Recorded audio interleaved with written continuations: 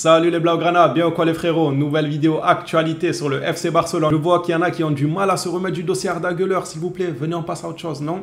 Vous voulez pas passer à autre chose? Genre je vois des gens carrément, il y a 2-3 jours, ils mettaient des compilations d'Arda Güler, tu sais, ils écrivaient vous connaissez pas Arda Güler, voilà le joueur, tu voyais ses meilleurs gestes techniques et tout. Maintenant qu'il a choisi le Real Madrid, beaucoup essayent de le rabaisser comme si c'était le dernier des nullards. Les frérots, on a joué, on a perdu la bataille, mais pas la guerre, c'est le football, c'est comme ça. Tu joues, des fois tu perds, des fois tu gagnes, tu ne peux pas tout le temps gagner. Donc le dossier Arda Güler, c'est dommage, mais il y aura d'autres cracks. On a aussi des cracks actuellement au Barça, comme par exemple le joueur Lamine Yamal. On n'est pas à plaindre non plus. On signe un Gundogan, on est sur des Freneda, on est sur Roméo. Bon, j'ai même pas envie de le citer, mais on est quand même sur Roméo qui pourrait aider dans le cas où on ne pourrait pas recruter un top 6. Ça pourrait aider un Roméo. Vous m'avez compris les Blaugrana, je trouve que ça ne sert à rien de s'attarder. En fait, on va pas changer les choses. Donc c'est bien beau maintenant d'essayer de rabaisser les joueurs parce qu'il a fait tel ou tel choix. C'est comme ça les gars. Neymar, c'est nous, on avait gagné la bataille. À l'époque, Neymar était sur la table du Real Madrid et sur la table du FC Barcelone et on a fini par l'attirer chez nous. Là, c'est le Real qui a arraché le dossier Arda Güler. Comme je l'ai indiqué dans ma vidéo actualité, on verra l'avenir, ce qu'il nous dira. Est-ce que Arda Güler va être un énorme flop? Et on se dira, bah, tant mieux qu'il n'est pas venu chez nous, ou peut-être il va péter, on va regretter, mais on n'avait pas le choix. On est dans une situation financière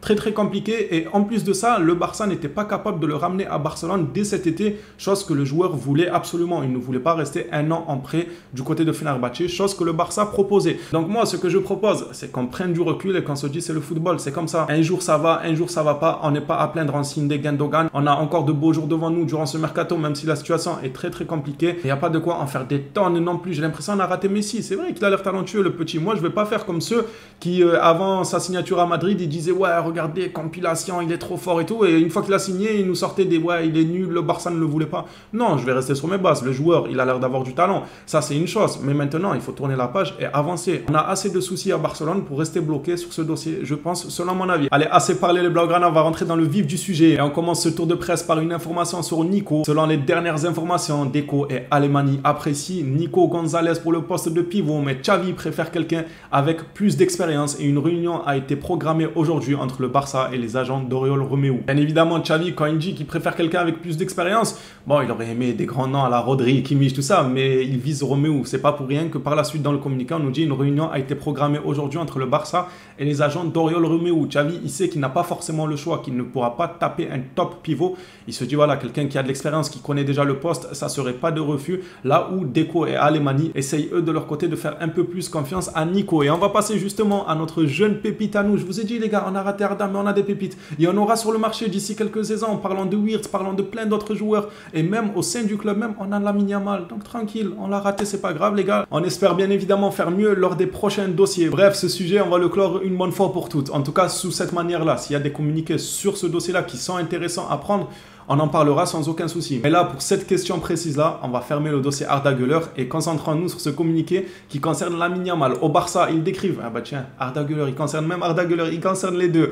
Au Barça, ils décrivent Arda Güler comme un pur talent, mais ils ne considèrent pas un drame qu'il aille à Madrid. Voilà, tout simplement. C'est pas non plus un drame, surtout vu la situation du club. On est en train de sortir la tête de l'eau. On est les derniers champions en titre en Espagne. C'est pas dégueulasse. On avance petit à petit, tranquille, tranquille. Il y aura d'autres cracks. On en a au sein de l'effectif aussi. On nous apprend dans la foulée que Lamine, lors de son renouvellement, sera dans la dynamique de l'équipe première. Et ça, c'est une superbe nouvelle, de quoi le mettre un peu dans le bain des grands. En début d'après-midi, Xavi a donné une longue conférence de presse. J'ai pas jugé nécessaire de couvrir la totalité de la conférence de presse, mais juste pris quelques communiqués, notamment celui-ci qui nous parle de Kessié. Xavi nous dit, j'ai parlé avec Franck Kessié. Il connaît déjà la situation. Je ne vais pas la rendre publique, mais il connaît parfaitement la situation. Qu'est-ce que vous comprenez dans ce communiqué, les Blaugrana? Perso, je comprends que, vu comment Xavi dit les choses et les mots qu'il emploie, il a clairement dû dire à Kessié qu'il ne lui faisait pas forcément confiance et qu'il serait préférable pour lui de trouver un autre point de chute. Moi, je le vois comme ça, car s'il comptait énormément sur Kessié, je pense que il aurait dit tout simplement, je compte sur Kessié, il est un joueur du FC Barcelone, on verra si le fair play financier nous permet de le garder ou pas. Mais là, comment il tourne la réponse, pour moi, ça veut dire qu'il ne compte pas sur Kessié. Moi, je le lis comme ça. Dites-moi vous dans les commentaires, qu'est-ce que vous comprenez dans ce communiqué?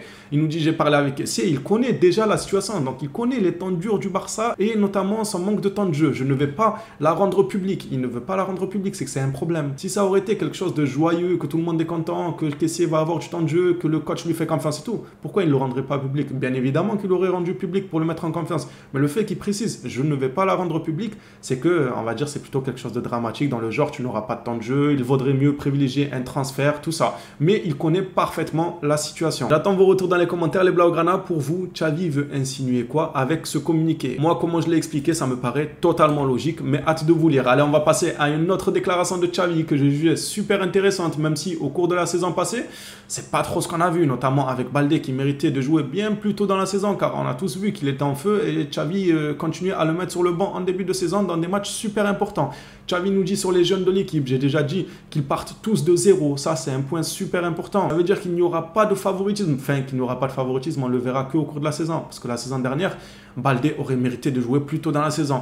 Qu'ils aient 16 ou 38 ans, s'ils me montrent qu'ils peuvent jouer pour le Barça, ils joueront, ça c'est super bien. Ça c'est un message pour Lamine, ça. Quand on va le lancer dans le bain des grands, s'il montre qu'il peut jouer pour le Barça, il jouera. Surtout quand on parlera du dossier Ousmane Dembélé, qui va peut-être être la priorité du Paris Saint-Germain lors de ce mercato. Continuons la suite. On ne donne pas, nous ne sommes pas une ONG, c'est pourquoi j'ai donné l'exemple de Baldé. Bien évidemment, en parlant de Baldé, Baldé en début de saison, il aurait pu participer à plus de matchs. Je parle en début de saison. Alors oui, plus la saison avançait, plus Baldé a eu la confiance du coach, c'est très bien. Mais on était beaucoup à avoir remarqué dès le début que Baldé, il fallait absolument le mettre, qu'il allait nous être utile, notamment dans certains matchs qu'il a manqué en Ligue des Champions. C'était vraiment dommage. Un communiqué de la part de Roger Torello qui concerne le joueur brésilien Vitor Roque. Sauf miracle, Vitor Roque n'arrivera pas au Barça maintenant et devra attendre janvier. Le Barça doit d'abord générer du fair play financier. La fenêtre brésilienne ferme le 30 juillet et Paranaense aura besoin d'un remplaçant. Il y a de grandes chances que le joueur vienne que en janvier. Ça fout la haine, on en a déjà parlé, je ne vais pas me répéter, ça fout clairement la haine. Mais il faut saluer quand même le choix de Roque qui était suivi par beaucoup de joueurs. D'ailleurs, même le Real Madrid, il me semble, si je dis pas de bêtises, le Real Madrid s'était informé aussi sur son cas, je sais plus trop. Il y avait des équipes aussi en PL comme les Arsenal, les Chelsea, tout ça qui le voulaient. Et le joueur a choisi le maillot, le FC Barcelone, quitte à arriver en janvier. Il n'a pas fait la princesse comme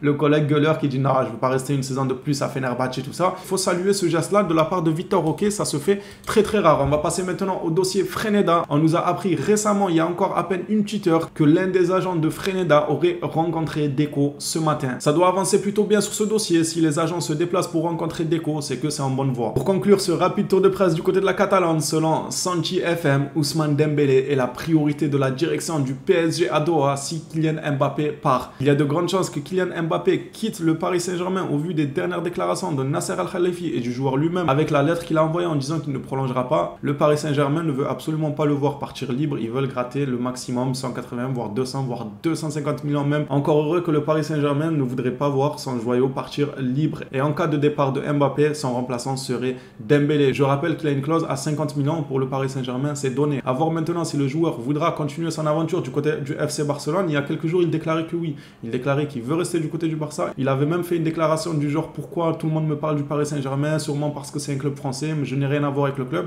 À voir s'il tiendra parole en continuant l'aventure du côté du Barça ou si départ de Mbappé il ira du côté du PSG. On le saura bientôt au cours de ce mercato. Les phénomènes de cette vidéo actualité est terminé. Merci à tous ceux qui l'auront suivi jusqu'ici. Comme d'habitude, vraiment un énorme merci. On s'attrape à la prochaine vidéo sur le FC Barcelone. D'ici là, prenez soin de vous les Blaugrana.